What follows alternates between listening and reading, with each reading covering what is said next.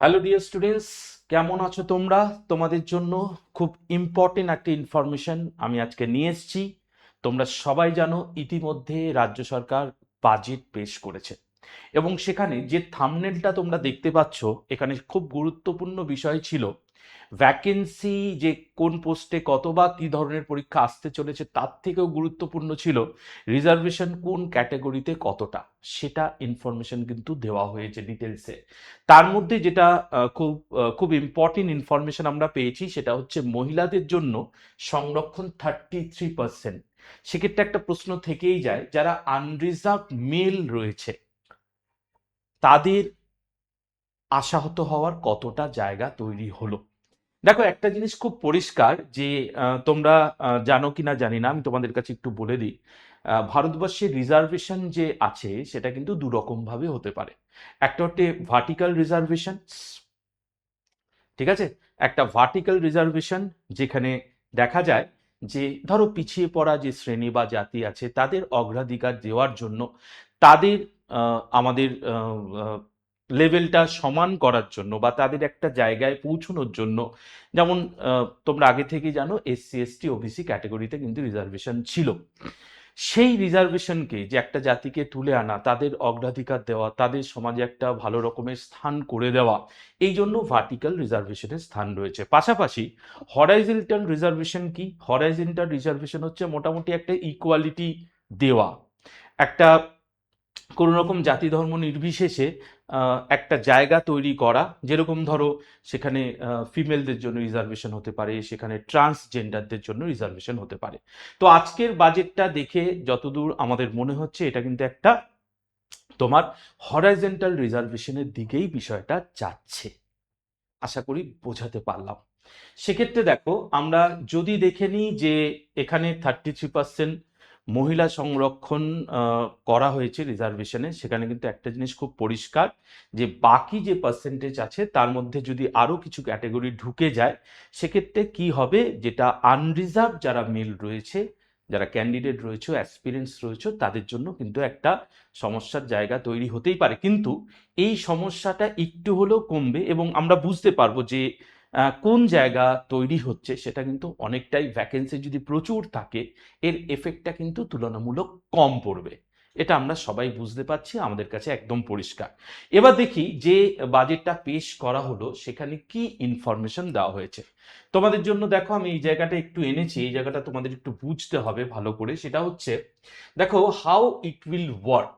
একটা ভ্যাকেন্সি যদি 100 থাকে, 100 যদি ভ্যাকেন্সি থাকে, সেখানে রিজার্ভেশনটা কিভাবে হচ্ছে। প্রথমেই যদি আনরিজার্ভ ক্যাটাগরি 55% ধরে নিলাম, সেক্ষেত্রে 55 জন যদি তোমার এর মধ্যে হয়, 100 55% ডেফিনেটলি 55, মধ্যে সেক্ষেত্রে কিন্তু এর মধ্যে বোথ মেল অ্যান্ড ফিমেল আমাদের 37 জন ক্যান্ডিডেট পড়বে।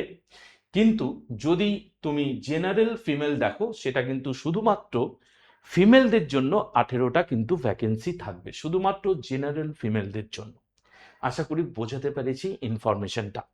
যদি দেখো সিমিলারলি, যদি বলি যে ধরো আদার ব্যাকওয়ার্ড ক্লাস, যেমন ওবিসি আমরা বলছি 7%, তাহলে 100-র মধ্যে 7 জন। এই 7 জনের মধ্যে কিন্তু চান্সেস থাকবে ওবিসিতে বোথ মেল অ্যান্ড ফিমেল 5 জন, কিন্তু একদম রিজার্ভ থাকবে 2 জন ওবিসি ফিমেলের জন্য। ঠিক আছে, ক্লিয়ার? যেমন ধরো আরেকটা এক্সাম্পল যদি বলি শিডিউল কাস্ট 22%, তাহলে 122% নিশ্চয়ই 22 জন। এই 22 জনের মধ্যে কিন্তু বোথ মেল এবং ফিমেলের জন্য থাকবে 15টা সিট, এবং বাকি এসসি ফিমেলের জন্য থাকবে 7টা সিট। রিজার্ভেশন থাকবে শুধুমাত্র এসসি ফিমেলের জন্য। সেক্ষেত্রে কি হচ্ছে, প্রতিটা জায়গায় কিন্তু একটা ফিমেলদের চান্সেস অনেক বেশি বাড়ছে। এটা যেমন ফিমেলদের জন্য, যারা মহিলা ক্যান্ডিডেট আছো তাদের জন্য একটা খুব ভালো খবর। কিন্তু ওভারঅল যদি আমরা দেখি, ওভারঅল সেক্ষেত্রে আনরিজার্ভ ক্যান্ডিডেট যারা রয়েছে, বিশেষ করে মেল, তাদের কিন্তু একটা লড়াইয়ের জায়গা তৈরি হলো, তাই না? তবে আমি একটা কথা বলছি, তোমাদের জন্য আশাহত হওয়ার জায়গা যদিও আছে। লজিক বলছে, ভ্যাকেন্সিটা যদি আমি ডিটেলসে দেখি, মানে রিজার্ভেশনের জায়গাটা, কিন্তু এটাও বলবো শুরু থেকে যারা যারা আমাদের কাছে পড়ে চাকরি পেয়েছো, তাদের কিন্তু বেশিরভাগ জেনারেল, এবং জেনারেলরা কিন্তু লড়াই করেই, জেনারেল ক্যাটাগরিতে যারা রয়েছে মানে ইউআর ক্যাটাগরিতে যারা রয়েছে, সেক্ষেত্রে তারা কিন্তু লড়াই করেই চাকরি পেয়ে এসছো এবং আগামী দিনেও পাবে, এটা আমরা আশা ভরসা রাখি। সব দিক থেকে নিজেকে সেভাবে প্রস্তুত করতেই হবে, কোনো উপায় নেই। আচ্ছা, এই বাজেটে আর কি কি ছিল একটু আমরা দেখে নিই। যেমন দেখো বলছে 1 অক্টোবর 2026 থেকে সরকারি কর্মীদের নতুন হারে ডিএ, মোটামুটি দেখো ডিএ কিন্তু 20% বৃদ্ধি পাচ্ছে। সরকারি, আধা সরকারি, অশিক্ষক কর্মীদের অতিরিক্ত 20% ডিএ কিন্তু দেওয়া হচ্ছে, ঠিক আছে। এবং তোমরা যদি এটা দেখো, এটার জন্য কিন্তু সরকারি কর্মচারী যারা রয়েছেন তাদের জন্য একটা বিরাট খবর। এবং আগামী দিনে তোমরা যারা অ্যাসপিরেন্ট আছো তারা কিন্তু সরকারি চাকরিতে প্রস্তুতি নিচ্ছ এবং তারা কিন্তু প্রবেশ করবে এই জগৎটাতে, তখন কিন্তু ডিএর অ্যাডভান্টেজটা ডেফিনেটলি তোমরাও পাবে। এবং আরেকটা ইনফরমেশন দেখে নি এখানে আছে কিনা, নাহলে আমি তোমাদের বলে দিচ্ছি। এই যে হ্যাঁ, 1 লক্ষ শূন্য পদের নিয়োগ ঘোষণা, 33% পদ মহিলাদের জন্য রিজার্ভ করা হয়েছে। এছাড়াও আমরা দেখতে পাচ্ছি 20,000 পদ পুলিশ বিভাগে, মানে পুলিশে ভ্যাকেন্সি 20,000, 50,000 পদ শিক্ষক এবং শিক্ষাকর্মী নিয়োগে থাকবে, এবং 10% পদ থাকবে অগ্নিবীরদের জন্য, যেখানে এটা প্রযোজ্য হবে। তো রাজ্য বাজেটে ঘোষণা অর্থমন্ত্রী স্বপন দাশগুপ্তর। তো অর্থমন্ত্রী স্বপন দাশগুপ্ত কিন্তু বলে দিয়েছেন এই ভ্যাকেন্সি আগামী দিনে আসতে চলেছে, এবং যেখানে কিন্তু 50,000 শিক্ষক এবং শিক্ষাকর্মী এবং অধ্যাপক নিয়োগ করা হবে। এটা আমাদের জন্য বিরাট খবর, দারুণ একটা সুখবর। এবং 20,000 ভ্যাকেন্সি কিন্তু রয়েছে পুলিশ পদে। ওকে, তো হোমগার্ড, এনভিএফ কর্মীদের মাসিক বেতন 2,000 টাকা বৃদ্ধি পাচ্ছে বলা হয়েছে বাজেটে। রাজ্য বাজেটে 50,000 শিক্ষক নিয়োগের প্রস্তাব কিন্তু রয়েছে, ঠিক আছে।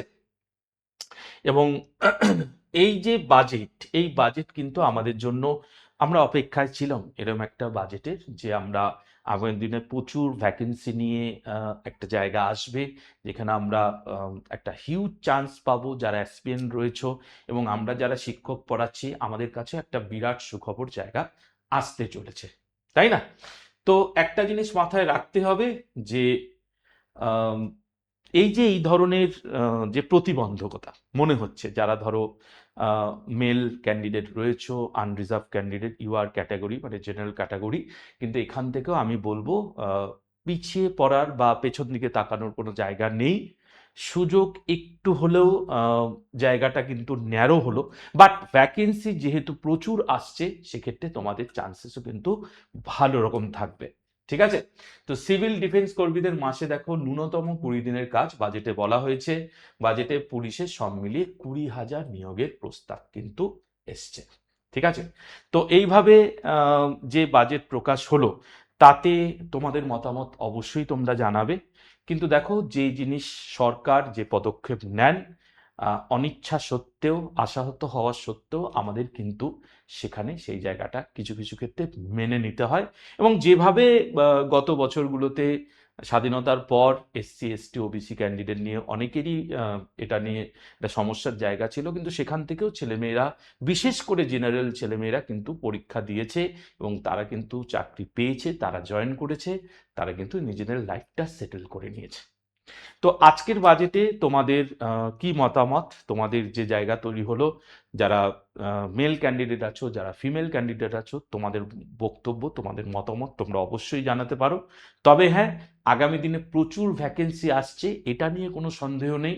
কাজেই রিজার্ভেশনের জায়গাটা যাই হোক না কেন, সেক্ষেত্রে ওটাতে খুব একটা মাথা না ঘাটিয়ে আমি মনে করি আগামী দিনে পরীক্ষাগুলোর দিকে তাকিয়ে পড়াশুনো করো, নিজেকে প্রস্তুত করো, সেই লেভেলটায় নিয়ে যাও যেই লেভেলটা তোমার চাকরি পাওয়ার জন্য দরকার।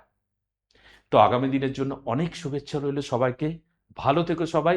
এবং এডু নলেজ চ্যানেলে তোমাদের জন্য অনেক ভিডিও পরপর আসতে চলেছে ইম্পর্টেন্ট ইনফরমেশন নিয়ে, সেগুলোতে চোখ রাখো।